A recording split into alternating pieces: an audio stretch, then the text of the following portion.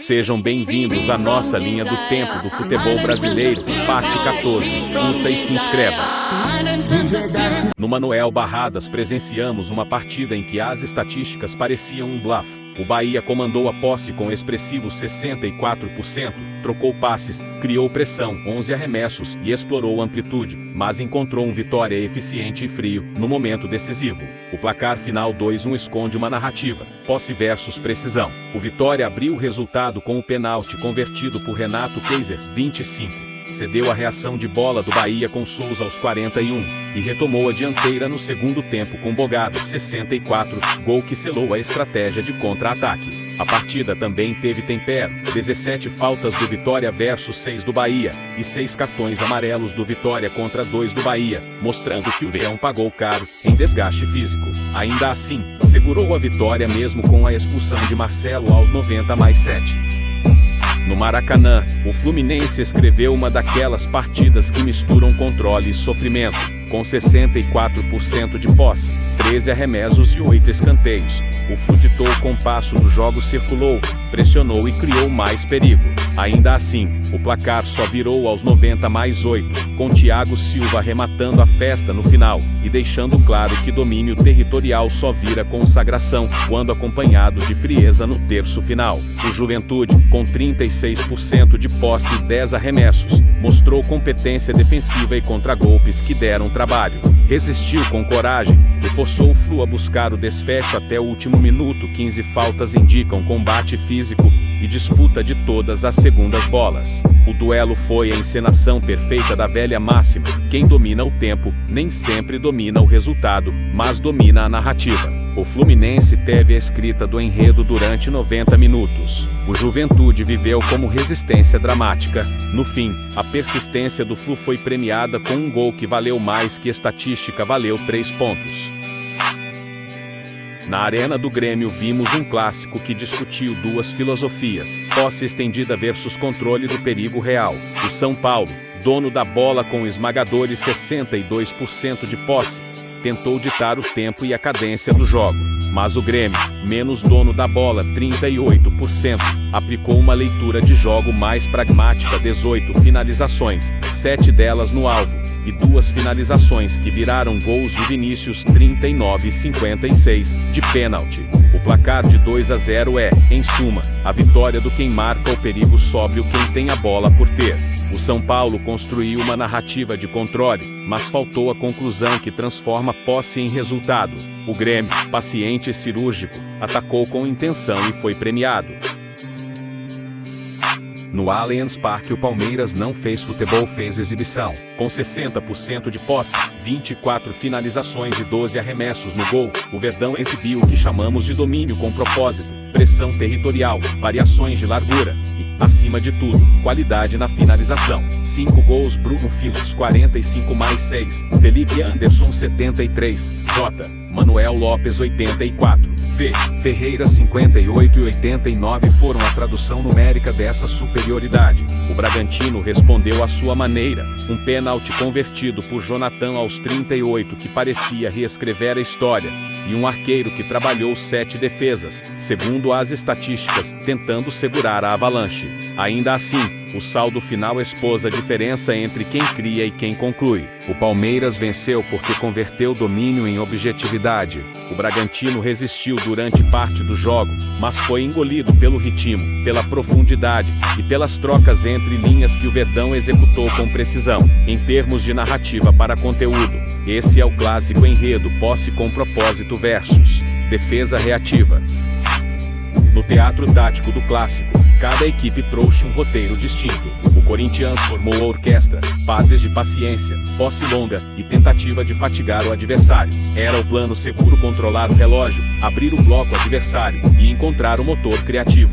Mas o futebol pune quem toca indistintamente. Falta de verticalidade e excesso de previsibilidade criaram um vazio entre intenção e perigo.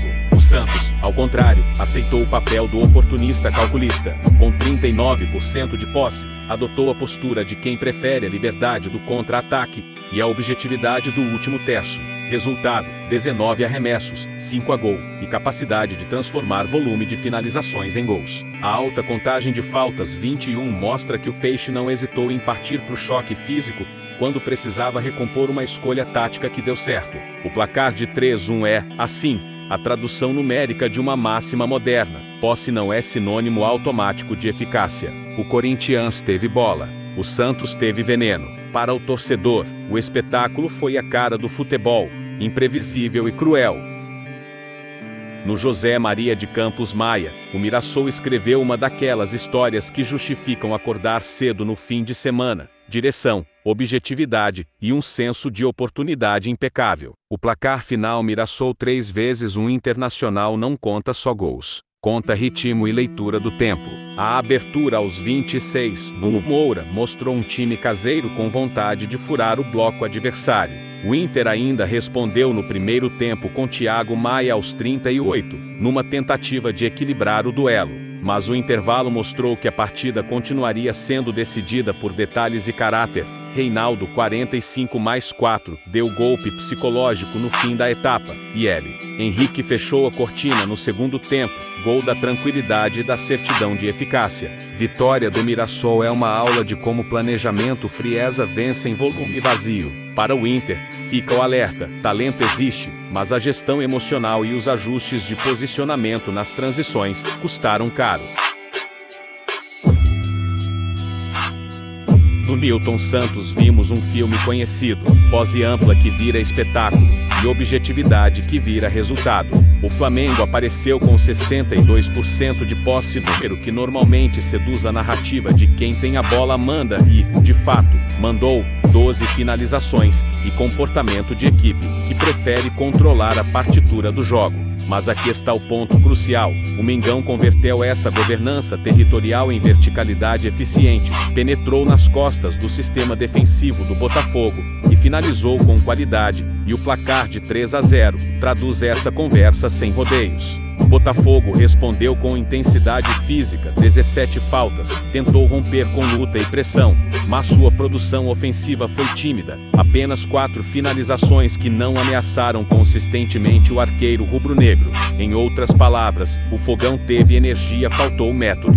Do ponto de vista tático, o Flamengo usou a posse como instrumento de quebrar linhas, tocar até achar a terceira linha do Botafogo, então machucar com passes verticais e infiltrações. Já o Botafogo, ao privilegiar o embate físico, perdeu alguns duelos de posicionamento e permitiu que o visitante transformasse domínio em perigo real. A diferença final: eficácia nos metros finais. O jogo é um ótimo estudo sobre a dicotomia técnica do futebol moderno: posse e volume versus impacto e eficiência. Fortaleza construiu o domínio com 55% de posse, controlou o tempo, espaço e pressão. Foram 23 arremessos, 10 escanteios e muita presença na área. Tudo indica que o plano tático era sufocar, desgastar e abrir caminho pelo volume. Ainda assim, o Vasco converteu o que apareceu: poucas chances, 5 arremessos, mas objetivas. A defesa recuou, o contra-ataque foi cirúrgico, e o goleiro do Vasco realizou 8 defesas, números que, somados, explicam o placar. É a prova empírica de algo que os estatísticos vêm repetindo: QG e posse importam, mas a variável objetividade, precisão de finalização, salvadas do rival, decide. O derby mineiro desta rodada não foi apenas um confronto entre escudos, mas um choque de filosofias.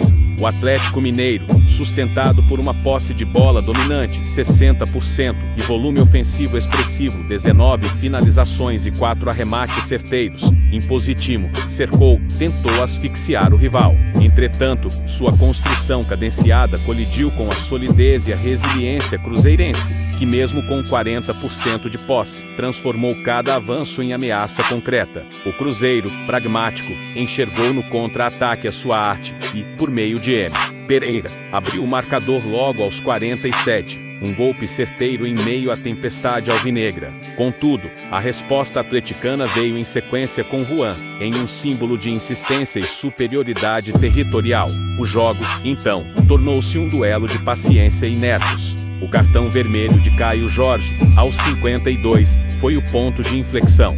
Mais que uma expulsão, foi o rompimento do eixo tático celeste. Sem seu artilheiro e referência, o Cruzeiro perdeu profundidade e se viu confinado a resistir. Para o próximo confronto, a ausência de Caio pesa não apenas estatisticamente, mas emocionalmente o time perde seu farol ofensivo.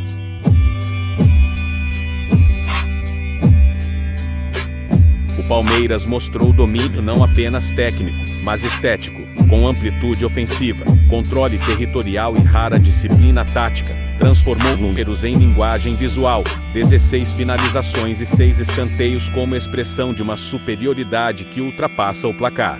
O Juventude, por sua vez, apresentou um futebol reativo, ancorado mais no esforço do que na ideia. As 15 faltas e o baixo volume de criação revelam uma equipe que lutou, mas sem partitura. O 4x1 foi, portanto, a materialização de um espetáculo planejado, onde cada passe foi ensaio, cada gol foi performance, e o Allianz, mais uma vez, virou palco de arte em movimento.